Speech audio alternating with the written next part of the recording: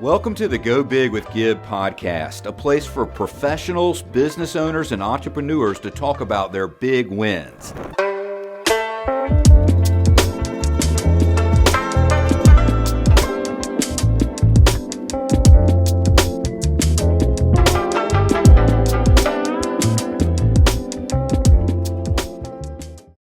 Hey, Craig, good to have you on the show today. How are you? I'm amazing, and my day always gets brighter when I get a chance to speak with a friend, an investor, and partner like yourself. So anytime I get the pleasure to speak with you, whether it be a quick phone call, a text, or do a podcast, I'm jumping at the opportunity. So today's a special day. We get to go on your incredible new show that I just feel honored to be a part of. Well, thank you, Craig. It's an honor to have you on. And, you know, I have personally invested with Lone Star Capital.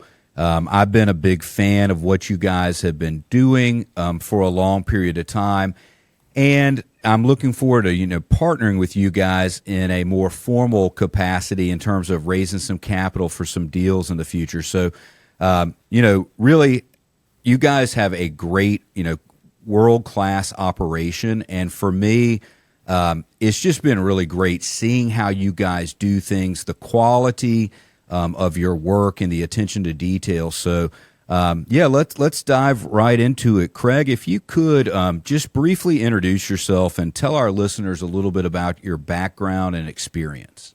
Absolutely. Yeah, well, would love to. And hello to everyone who is listening to the show. Nice to informally meet you. But essentially, I'm the Director of Business Development here at Lone Star Capital, which is basically a kind of a broad title. So to kind of summarize it, it's all investor relations, it's all the outreach, it's client services, new relationships, current and existing relationships, making sure that we are the squeaky wheel that you always hear from us. So I have a sales-like role within that, and also just kind of future and visionary stuff in tandem with Rob Beardsley, who's the founder and principal at Lone Star Capital.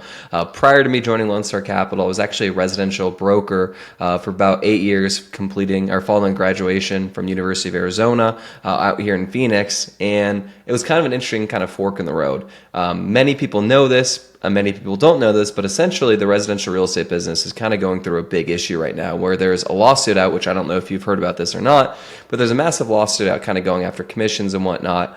So I had kind of that working against me in the business before going and joining Lone Star, but then I also kind of had something in the back of my mind saying it would be great to be with the team. It would be great to be with the team. It would be great to be with the team. And when you're doing residential real estate, it's very much so you're on an island in the sense that you do your own business. It's kind of a zero-sum game. If you're doing a deal, that means the other agents, your colleagues and such, are not doing the deal. So everyone kind of secretly hates each other. And being in that environment long-term was just not really accretive to what I wanted to do indefinitely. And the biggest thing is that whether any of us, whatever you're doing, you want to get to the principal side. You want to be to the investor side. If you're a lawyer, you want to be the partner or start your law firm, right? But you basically want to have something where it's bigger than yourself. So if I continue to go down the route of doing residential brokerage, I could have a great life. I would have, though, 100% of the grape. Or I could join Lone Star Capital early enough, which is when I joined, which is about a couple of years ago, and have a slice of the watermelon. And you look at the size of the two, you want to be something that's bigger than yourself and be a part of that machine. And, not every day you get to be best friends and partnered up with Rob Beardsley, the X factor of the equation here. So it was a very much so a seamless fit in that regard from he knew what he was going to get out of me. I knew what to expect on his end. But it definitely has exceeded my wildest expectations and hopes, quite frankly, since joining. So I just feel super grateful to jump on the opportunity there. And there was actually no real formal salesperson or outreach kind of member on the team, which is crazy to think that a firm that had about $300 million of assets didn't have someone like myself plugged in there to really enhance and add that process. So now I get to incorporate more systems and processes from my experience being an agent, making my own business to jumping and going into Lone Star Capital as a firm. So all in all, it was a very fun and seamless transition for myself, and the Lone Star teams made it really easy to jump on. Craig, thank you for that. It really is impressive what you guys have done over there, and I know you're an integral part of the team. Talk to me about your relationship with Rob Beardsley. I obviously know Rob. He's a brilliant guy. Both of you guys are very young. You're very savvy. You wear suits and dress like I do, and so that I felt very comfortable with you guys from the very beginning of our relationship. But how long have you known Rob, and how did it come about that you found your way into a position with Lone Star? Great question. So, well, first off, when we did eventually meet you and get kind of comfortable with you, we're like, this guy is not only going to be an investor with us, but a partner of ours because he walks the walk and talks the talk. Not only were you dressing sharp, talked well, had a really impressive professional acumen. That's everything that we kind of want to attract and also to work with. So frankly, talking you was like talking to our dream avatar. It just happened to work out so seamlessly and perfectly. But with regards to as far as working with Rob and kind of Lone Star and our relationship, so in 2018 we were connected through some mutual friends. We ended up actually meeting up at a place in the Bay Area for some cocktails at the time. I think Rob might have been 2021. I don't know if he was legally allowed to be in there, but at any case, he was there nonetheless. And sure enough, what was Rob Beardsley wearing when in 2018? He was wearing a pinstripe suit and a red tie, similar to this, right? So always in that character, always in that mode of suit, tie, professional, business minded. And it's been so beautiful to watch that blossom. So now fast forward to 2020, the summer of July, which we knew COVID obviously was going on. It was running rampant throughout, the country at that point, and it was kind of the earlier part of the process there. So I was living in a roommate at the time. We had a mutual friend there, and Rob came for what I thought would be 2 or 3 weeks and ended up staying for 3 months. So we got there in July and ended up leaving in October. And what had happened during that process is we started becoming thick as thieves, talking about real estate every single day because I was revamping and restarting my real estate career in Phoenix, Arizona.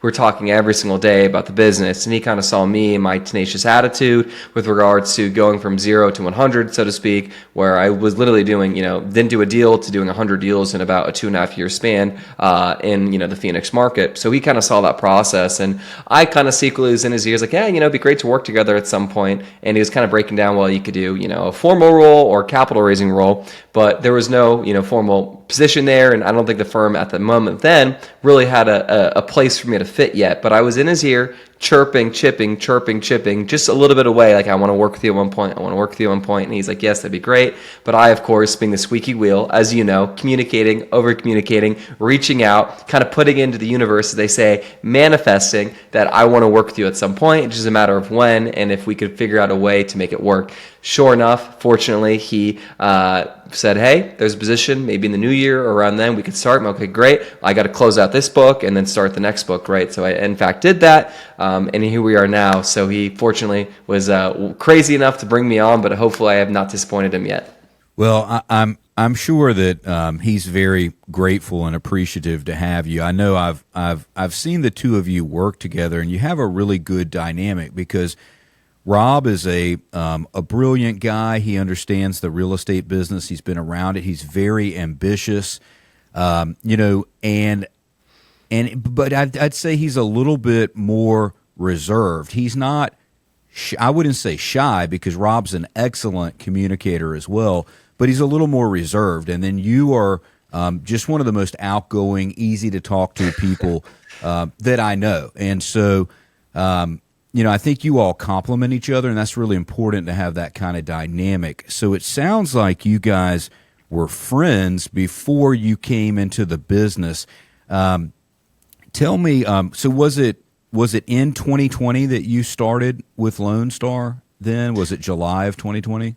That's a great question. And just go to Rob real quick. He's what I would consider to be a savant. Okay, a true savant. He is. Yes. There are some people out there, someone that be musically inclined, whether it be, Drake, the artist, or Taylor Swift, or someone of that vein. It's just his expertise happens to be not in art. It just happens to be in creating businesses, numbers, and real estate. So he is a true savant. Make no mistake. When you're around successful people like that, you really do want to jump into it. As far as the relationship went, we were very good friends, and I did start formally, I want to say in the summer of 2022, where I just started to learn and go through the process, going to events, learning the business really slowly, just over time. So I'm slightly green into the multifamily investment space, but from a real estate perspective, I've been in the real estate industry since 2016. So about 8 years now of being in the business effectively. So that was kind of that dynamic there. And then what was your other question? Sorry, I had a lot to go through. So I was asking, yeah, I think you answered both of the questions. I was asking about, were you and Rob friends before you came into the business? And then I asked also, just to clarify when you started. And you said it was the summer of 2020. Summer of 2020, and I'll actually add an extra little caveat. And the reason I wanted to do that was this, and this is something really interesting to think about. Rob is, believe it or not, I know I look very young if you're watching this on camera. Rob is actually 2 years younger than me. Rob is 27. I'm 29. Okay. So he knew what he was going to get out of me, but a lot of people may actually struggle with the fact that someone is younger than them telling them what to do. But, you have to leave your ego out the door and realize kind of where you fit in this role. And the very interesting dynamic to the relationship that we have is not only are we, basically he's what I would consider my best friend, but he is also he's my boss. So how those two things intertwine is very interesting, but we've never had any disputes. And, the great thing is that we both can speak very candidly and freely with one another with regards to if I like something that he, or vice versa. If he likes something or doesn't like something, we can kind of go through that and we'll have a legitimate and real conversation about how we work through it. But it's always about the business, and that's always top of mind and most important for us. Yeah, no, you guys definitely complement each other. And I think that's when real growth occurs. It's great when anytime you've got somebody that's extraordinarily talented like Rob, or, any business person or entrepreneur, they can do a lot on their own. But once you start building a team around you of other people that are like-minded, it creates an opportunity for exponential growth. And, I think it does. I think it intimidates some people maybe that, you guys are 27 and 29 years old respectively, and you're doing such big things. Let me ask you about that. So, that's in line with the theme of the show, Go Big with Gib. Did you always see yourself from the time that you were a small child doing big things like this? Right now, Lone Star has, I don't even know, $600 million of assets under management. You guys do a lot of multifamily investing in Phoenix, specifically Houston, Dallas, and San Antonio. And you guys are expert in that niche, right? You guys really know those markets. You've got properties all over the place. Was that something that you have felt like, okay, I'm going to do something really big with my life from the time you were a kid, or is it something that has happened more recently? Because I'm just going to say, when I was 27 or 29 years old, I was just getting started practicing as an attorney, and I was a little bit lost. I went to law school. I paid a lot of money to get my education. I think we were talking earlier before we began recording. I went to Pepperdine for undergrad, and I went to law school at a school called Cumberland. I spent all this money on school and had all these student loans and just felt a little bit lost. I didn't even know if I wanted to be an attorney. Did you always know you wanted to do something big like this? And tell me about that. I actually have a very kind of interesting answer for you. And that's a great question. So I will say that I always knew I was meant for big things. I know that sounds really narcissistic almost, and like a little bit irrational, like a sense of irrational confidence. But I've always felt at a sense of irrational confidence. And at a very interesting and pivotal moment in my life, when I was a senior in high school, I lost 110 pounds in 8 months. And after accomplishing that feat there and doing that and keeping all the weight off my body, fortunately, as you can tell, after doing that, I kind of realized that you guys are in great shape.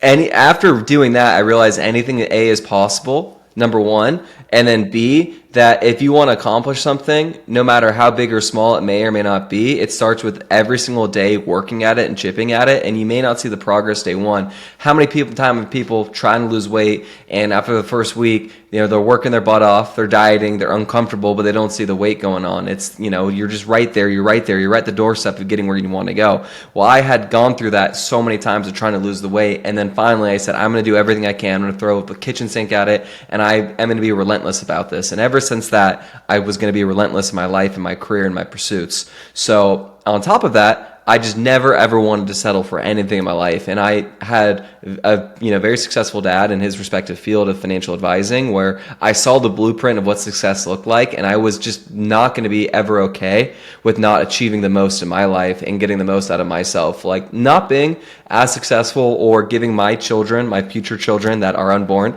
the same life and experience that I've had has just never been an option for myself. So I didn't know what that would look like. I didn't know if that was going to be through the medium of selling $10 million houses or something like that if I stayed the residential career, or getting into the private equity space now. I didn't know exactly what it would look like to get there, but I knew that I was going to do whatever I could and whatever it took to get there. So from that there, I knew that some big things were going to happen. I just didn't know the extent. But now that I'm with Lone Star, it's almost like, oh, that's what that back in my mind, you can call it divine intervention, God speaking to me, whatever it may have been. I knew that I was built for good stuff, but I was going to have to work for it. It wasn't just going to be handed to me on a platter. You had to create that opportunity. But I knew I would work every single day to create that opportunity myself. So now when I kind of retrospectively look back at everything right now and look where I sit, I'm very proud of it, but the work's just begun. And now it's time to really, really triple and double down on everything going on to make sure that I capitalize on the opportunity at hand. Yeah, I think so many young people, look at their lives and think, okay, I'm only, 20, 27 or 29 years old, and I've got the rest of my life in front of me, right? And so, like, there's no sense of urgency to do anything special now, because it's like, I mean, kids go to college, they party a lot, they, get out of school and they think, hey, I'll get everything straightened out and I'll become something later. I'll start on this tomorrow. And, you guys clearly, were very serious in setting really high goals and expectations for yourselves early on, which is super commendable. I mean, I talk to folks, I'm going to be 45 years old in a couple of months, and I talk to folks all the time that are older than me. You look great for 45. Thank you, buddy. I talk to people all the time, though, that are 10, 20 years older than me that say, I wish I had a good head on my shoulders back when I was young like you, and so it, age is all, relative, right? It's all relative. And so, but anyway, it's very commendable what you guys have done. Let's talk about the weight loss thing. How old were you when you lost over 100 pounds? Yeah, that's a good question. And just to add on what you said right there, you just said such a key word that I think society has lost, and that is urgency. If you have urgency and you're not aloof, you will go very far in life. So actually give a and have urgency, and realize speed is an X factor to everything. So just want to add that there. As far as the weight loss went, I was a senior in high school. I was 17 years old, and as any, guy who wants to go to college and maybe wants to have the best experience possible, maybe, partake in the Greek life and extracurriculars, your life's going to be a little bit easier if you're a little bit, leaner. So I was 17 entering into my senior year of high school, and I knew I needed to make a life shift. So that's when that happened there. It was September of 2011, actually, if I could count on the day, basically. Wow. And so you put your mind to it and you set a goal to lose weight, and you lost over 100 pounds. Correct. That's insane, and it must have just built so much confidence in you. Going back to what you said about having a feeling like you were capable of doing great things in your life. Like, some people could call that grandiosity or narcissism, but I don't. I would disagree with that, with anybody that would take that position. To me, that is something that just shows, you knew you were capable of really big things. And there's nothing wrong with that, right? Like, having that feeling burning inside of you of, like, having that ambition and that drive and wanting to be something great, there's nothing wrong with that at all. And I think a lot of people that experience big success had that, mindset when they were a kid. And I'll tell you a little bit. This is obviously your interview, but my experience is As a kid, I remember riding in the back seat of my parents' car, and I remember telling them about all of my hopes and dreams. And I remember that family dialogue that went around, where they kind of like they didn't mean to just destroy my dreams, but they would say, "Gib, that's a totally unrealistic dream. You can't do that. You need to come up with something more practical." And so I think that really they didn't want me to be disappointed by like the realities of life. They didn't want me to dream too big, but to me, it always felt like a great amount of suppression. And honestly, it really formed who I am today, because I became somebody who was like, I don't care what anybody has to say. If you tell me I can't do it, well, go watch. I'm looking forward to this. You're going to watch me while I do exactly what you told me I couldn't do. And so I think that is really inspiring and something that I want to promote. You talked about your future kids that you don't have yet. That's something I want to promote in my kids, is having those big dreams and dreaming big and going for it, Well, I would add to that is when they propose something to you, don't ever necessarily shut it down, but say, okay, it's great. Well, how are we going to get there? Never close off a thought there where it's like, okay, awesome. Well, instead of, closing it off right there, that ends the conversation. There's no creativity. As Rich Dad Poor Dad would say, no is just, okay, it's closed, but how? Okay, well then their brain starts going, well, I can do this and this and this. You have a small goal, then that small goal goes bigger and bigger and bigger, can expand accordingly, but it's all a block, go down, then block here, go backwards to go forwards, so on and so forth. So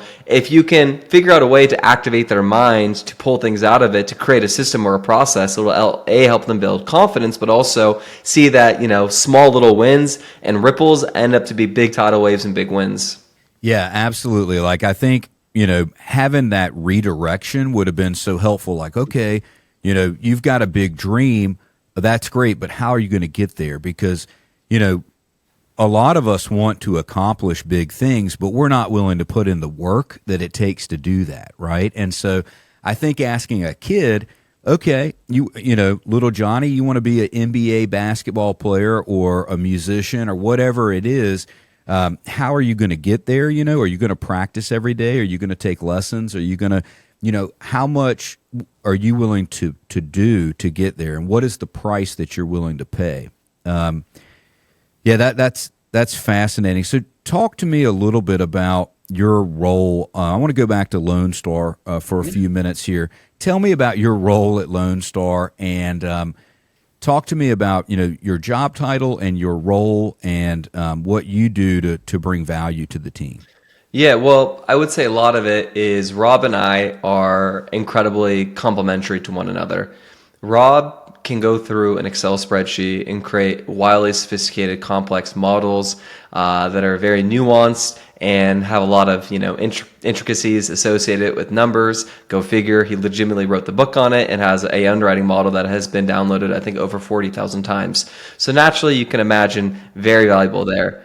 Rob, similarly, can go on a stage and absolutely rip it, and it's so nutrient dense and so compact that I think a lot of things actually go over people's heads. And the reason why I say that is because he says stuff and I'm like, whoa, wait, re-say that. And that's why we have our podcast, the Lone Star Capital podcast, for that reason, due to the fact that he says stuff that needs to be unpacked a bit more.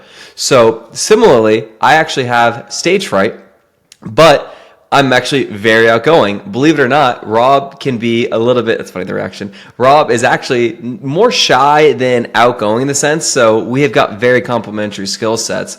Also, Rob is very busy with strategic stuff. So what is not probably the best use of his time or the company's time is calling intro investors, running the capital stack, things of that nature. So that's where I come into play. I reach out to people. I coordinate all the incredible fun dinners. I coordinate, reaching out to investors, capital partners, raising the equity, finding the equity partner for our deals, doing content, doing 2 podcasts on our show, Fun Friday, as well as Lone Star Capital podcast. So I get to wear a lot of hats, which is really special, which makes every day a little bit different. I do webinars with people, so it's kind of a big bucket of roles and responsibilities that I do at an ad hoc basis.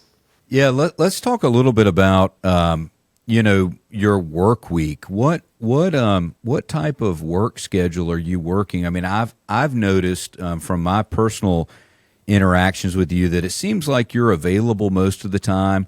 I always tell people, if I'm not in trial, if I'm not in court, trying a case, I'm probably sitting behind my computer, working on something. And so it's very difficult to beat me in an email battle because I'm right there poised, ready to go, while other people are running around, doing things away from their computers. I'm there at my station, but I know you go to a lot of conferences, you move around a lot, you spend time in New York where your primary headquarters are, you spend time in Phoenix, and then you've got all these slew of events that you've got to do. Like, what are your typical work hours per week? Is it just totally open-ended, or do you have any kind of boundaries that you set either consciously or unconsciously to kind of allow you time to decompress? That's a great question. So the beautiful thing about my role and my relationship with Rob is that he hired me to be me. So he's basically given me carte blanche to do what makes sense in any aspect, wherever the workflow is. So today, for instance, I'm doing 2 podcasts, 2 webinars, and 3 investor calls, and I also did the marketing meeting before this. So a lot of outward and public facing kind of items there. And I basically, want to give everyone a white gloves treatment. We're in the middle of a raise currently right now, where if a partner wants to do a webinar, have questions with me, reach out to me. I'm always of a service to them. I want to make sure that they've had the best experience possible. And I'm a big believer in this. It just, maxing out effort and also leaving no stone unturned. And that goes for the capital partners that we're working with, making sure that on their day to day and on their raise that they work with us, that it's successful. And if it falls short for whatever reason, it wasn't because of lack of effort, it wasn't because of lack of resources, and it wasn't because I wasn't available to help them. I just can't live at those things. If they fall short because maybe they're investor based or the market's weird, that's fine, but I can't have that happen on account of me not being there for them, if that makes sense. And then as far as reaching out goes and whatnot, it's all structured. Like, we know that the best ever conference is in a month and a week, okay? So guess what Rob and I have already done? We've already set up 12-person dinners for the 9th and the 10th. Okay, guess what? That means we've got 10 spots both nights to fill. And then we've got probably tangibly about 30 meetings we can run. So we've got to set up basically 40 setups. We need 10 people for meetings or for dinners both nights, and we need 30 meetings to meet with on a 30-minute structure. So we know what's there. So now it's my job just to coordinate, be methodical and thoughtful enough to reach out to them early enough to make sure we can be at least in a good position to get a meeting with people that we want to meet with, or past or current new investors and such. So the days can look like that. It just really depends on what's going on and what's top of mind. There's a really cool workflow of, okay, great. Well, I've got, 5 weeks worth of Fun Friday guests already ready to go. Okay, in 2 weeks from now, I need to start recording the next series, which probably starts with today,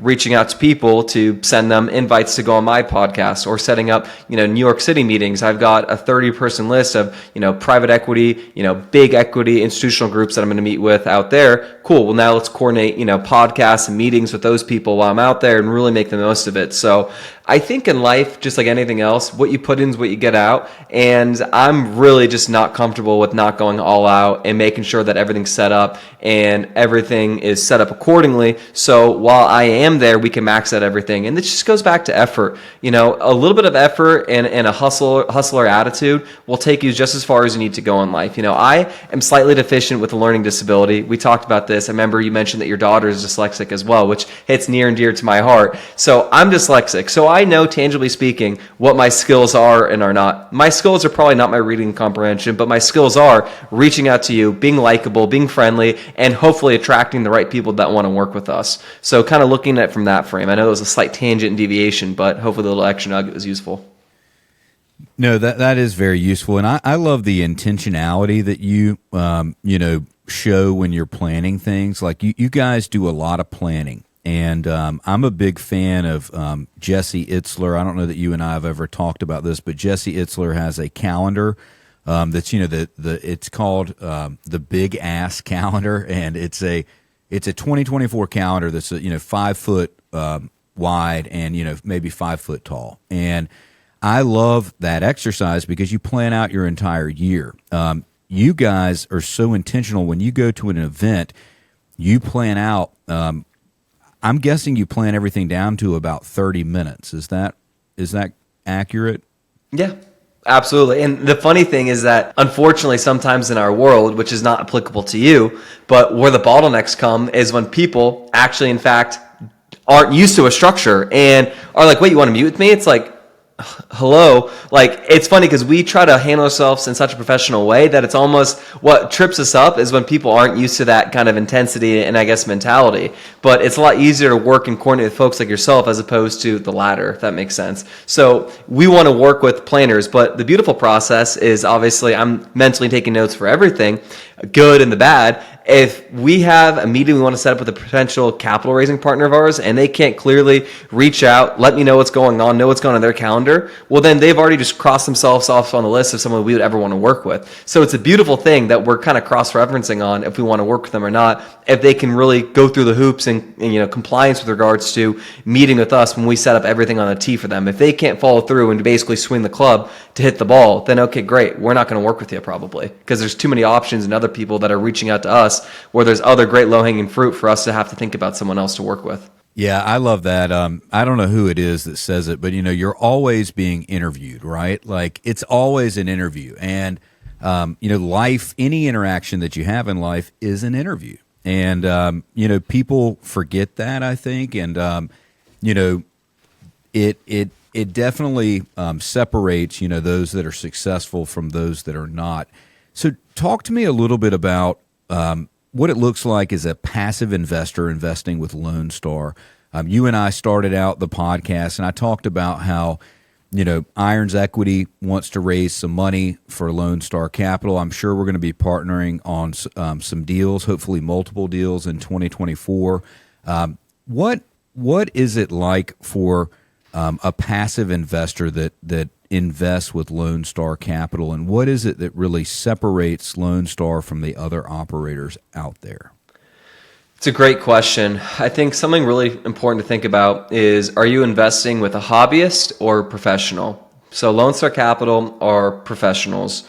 We want to take an institutional approach to something that, obviously for the most part, syndication is a lot more robust, but there are a lot of hobbyists that are in the business that make our life a little bit more difficult because maybe they're really good at putting some, marketing materials together, making it look sexy. When all said and done, it's actually really not as sexy as you'd like. So the process of an LP is you inbound through someone like ourselves, or of course, we'd be so happy and honored, and hopefully it'll happen this year where you bring money to our deals. And basically the way it would work, if anyone invests directly through us or ideally through you into our group, as your listeners should be using you to invest with us.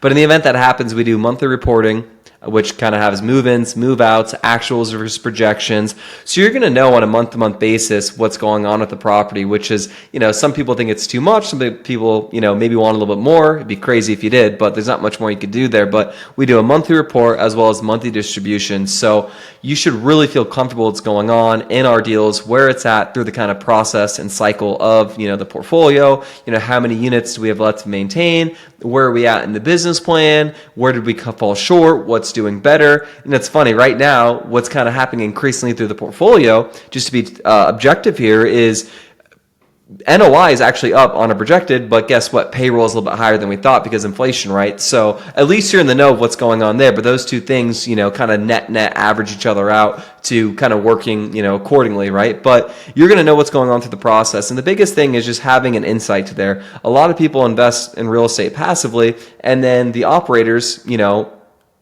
are passive too, and that's not appropriate. We need to be hands-on, getting all the information and materials out to said investors. So I would say what we really try to do, whether it be setting meetings with you, working with you and your people, having the experience there, it's all about the experience. So we want to make sure that it's a white gloves treatment, that you always have access to us. Dasha and myself are on the investor relations team. Rob kind of oversees everything. Dasha is Rob's sister, not wife. And her and I answer all the important questions associated with the deal, what's going on with it. And there'll never be a moment where you can't get Dasha and I available unless we're truly in a meeting together. But we're always responsive, clearing out our emails every single day. Nothing gets through the cracks with us. So I would say that you really are having some of the best eyes on the deal. Oh yeah, and by the way, the other principal of the firm is Kent, who is the unsung hero of the firm, who was a senior tax attorney at MetLife for over a decade and has his kind of eyes and ears in that background and whatnot, and is in the trenches day to day, who's overseeing the asset management and property management side of the business.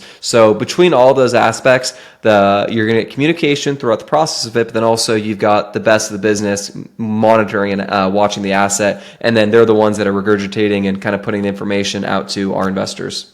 Yeah, that's great. So talk to me about what does Lone Star have any acquisition goals for 2024? I know we talked earlier about intentionality and being very deliberate, and how big successes don't just happen by accident. What do you have any goals for the 2024 calendar year as an organization? And if so, can you share any of those with us?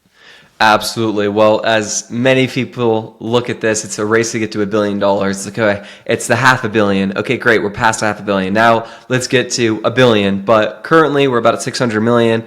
We're looking to acquire $300 million of assets this year, which is, a big goal for us, considering how slow the market is right now. Not a lot of deals are shaking loose. So we've also internally kind of gone through the process of really niching down even more so what we're even looking to acquire. So now the typical ticket size for a deal is probably minimum $30 million, with some exceptions if there's a property close to our deals, or if there's, how could you not buy it, that gets kind of plopped in our lap, or we're the buyer of choice, we would consider it. But $30 million a deal, we're looking to do somewhere between 6 to 10 deals this year. There could be a big $70 million deal that we take down. There could be another $100 million portfolio that all lines up accordingly where we could take it down. But ideally we buy $300 million of deals. But the most important thing is to buy the best deal possible, because we all have to answer for something. And although we could probably buy at will and raise money at will, but then guess what's going to happen in 5 years' time? We have to answer for our sins one way or another, if we made a bad acquisition or not. And you do not want to be the boy that cried wolf all the time saying, oh yeah, this deal is going to be a 20 IRR, but then all of a sudden it's a 12. Okay, that's not good. But if you project the deal to be a 12, you raise the money being to 20, then you're great. Or if you said this deal is going to be a 10 IRR and end up being an 11, most people don't want to have an 11, but that 11 is actually really incredible when you benchmark it off of a 10 projection, right? So the most important thing for us is to make sure that we just buy the best deals possible. We ideally buy 300 million, but a time right now, although the market's resetting, you can still lose money in this market with a bad buy and having a deal that's too distressed. So that is the answer to your question. $300 million of acquisitions this year. But the most important thing is buying the best deals possible. I will say right now, we're in a unique situation where my phone, obviously, as people know me and interact with me, it's always outbound calls, reaching out. But there's an interesting thing happening right now where people are calling me to bring equity to our deals. So I will say we have more equity needs than we have deal supply right now currently, which is a beautiful place to be at, but we want to have some deals shake loose. So it's just not easy to make stuff make sense right now, of course. Yeah, so talk to me a little bit about the Houston 3-pack. I've invested with you on that opportunity. That was kind of I know that we had met at a couple of different masterminds, and we had or at least I had met Rob, and then you reached out afterward, and I think you got hounded. Yeah, you reached out and said, "Hey, sadly, we were not able to connect. It was an event in New Orleans, and I had a great time at the event. You reached out afterward. I actually needed to get into another investment, and even though I was actively raising money for a BTR deal, you all had a value add proposition in Houston, the 3-pack. What was the raise size on that specific deal, if you recall? Yeah, I recall everything because I had to raise that deal 3 times. So interestingly enough, if you want to look this up, it's called the PFC program, Public Housing Corporation, which is a Texas initiative that just unfortunately closed out, but we were able to squeak through to get the 100% property tax abatement. That was initially a $110 million deal. Then we retraded due to interest rate environment getting worse. So it was a $105 million deal, all said and done. And it was just shy of a $40 million raise that we did. So that was the structure there. And I remember it was very interesting. You said this, you're like, you solved the problem for us, or sorry, we solved the problem for you. And I think anyone, just PSA to anyone doing sales, don't make this about yourself. Make it about the other person. Identify what they need and what triggers and levers you need to pull for it to make sense and be a win-win for all parties, you probably could have gotten a higher return elsewhere. You maybe could have gotten a better tax gain elsewhere, but you probably felt comfortable with us because we're hitting both those goals of taxes, solving a need, an issue for you, and accommodating you. So for anyone who's in sales, make the conversation about who you are selling, figure out what they need, figure out their pain points, what you're solving for, and then go from there. And that's exactly what we did for your specific need. And then for the deal itself, really special opportunity, preserving affordability, giving investors basically a value add like return on, not having to do much CapEx at all. I think we raised about $5 million of CapEx for $110 million or $105 million portfolio. For those not in the business, just realize that's not a lot of money for CapEx for multifamily deal of this size. So these were basically beautiful turnkey assets that we fortunately got a outsized return due to Kent's ability to navigate these interesting, nuanced tax wrinkles in place. Yeah, so let's go back through that real quick, and then I want to wrap things up because I want to be respectful of your time. But talk to me about the tax abatement again. So what exactly was it that Kent was able to accomplish, and how did it adjust or, how did it improve the returns for the investors? So if you're in a state like Florida, if you're in a state like Texas, okay, I'll just use those two. They have no income tax. Where are they going to get you? On the property tax. Okay, so property taxes get assessed every single year. So essentially, there's a few operators out there that in the state of Texas, I can't speak to Florida as we're not investors there. We haven't bought any properties there yet. Maybe we never will because the weather risk there is similar to what we experienced in Houston. But just specifically for Texas, we'll speak to that. Essentially, for preserving and creating affordability, you get a trade-off. So we limit on half the units what the rent growth can be, but in exchange we get 100% tax abatement. So that's millions of dollars of tax savings. So let's just say there's a deal, like a deal we just did recently, where property taxes should be $600,000 a year. This is on our most recent closing Aspire, but with our tax abatement program in there, we eliminated half the property taxes there, which creates a big NOI pop. So basically, if you can eliminate your largest expense, well, the NOI and the free cash flow juices up substantially. So we're basically able to do that on the 3-property portfolio similarly, which created a very, very big gain and boost to the property's value because you're eliminating millions of dollars annually of tax basis there that you have to pay for. What happens there is that solves for your cash flow, and although you do get your rents handicapped ever so slightly, if you run the numbers, it's more accretive than not to have that tax abatement structure in there, especially when you look at it at a risk-adjusted play.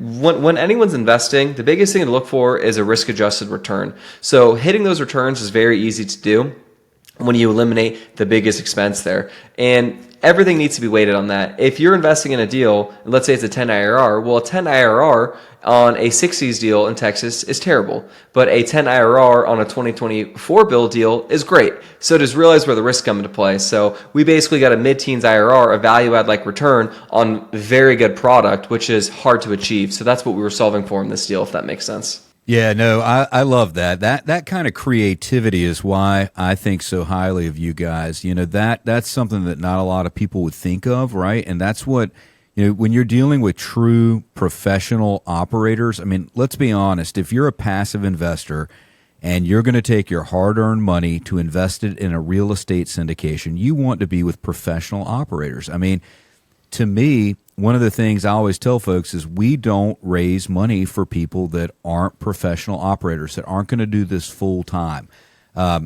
It's one thing for me to invest my own money. I might be a little bit more risky with my own capital, but when I'm investing capital from friends, family, and really any investor that I've met, whether I've only known them for, an hour or a day, we want to be super cautious with their capital and make sure that preservation of capital is there, and that we're getting a risk-adjusted return.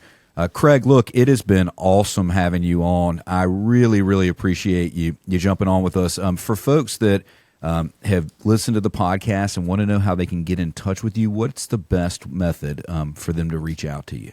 Yeah, well, first off, just thank you so much for letting me into your ecosystem, letting me be a guest on your incredible show. I have no doubt this will be very successful. Like everything you do in your life, everything you do turns out to be great. So just being a part of your journey, and becoming friends with you has been a really awesome part of my life. And the reason why I do love this business so much is I get to do conversations like this, network with people like you, break bread, have the fun dinners, so on and so forth. But if you'd like to get in touch with myself, we're all over LinkedIn. It's just my name, Craig McGrouther, which I'm sure will be in the show notes. And then if you want to get in touch with me with regards to investing or learning more about Lone Star Capital, the email is craig@lscre.com. I do 2 podcasts also a week, one with Rob Beardsley, where we go through whatever topical events going on in the commercial real estate world, plus some fun personal stuff about us here and there sprinkled in, of course, and then an interview-based show, which you absolutely crushed and knocked it out, Fun Friday, that's released, of course, every Friday. Awesome. Craig, look, thanks again. I really appreciate it. It's been a blast. Thank you. Thank you. Thank you for joining us on this episode of Go Big with Gib. If you haven't already, go follow us on social media @GibIrons. We'll see you next time.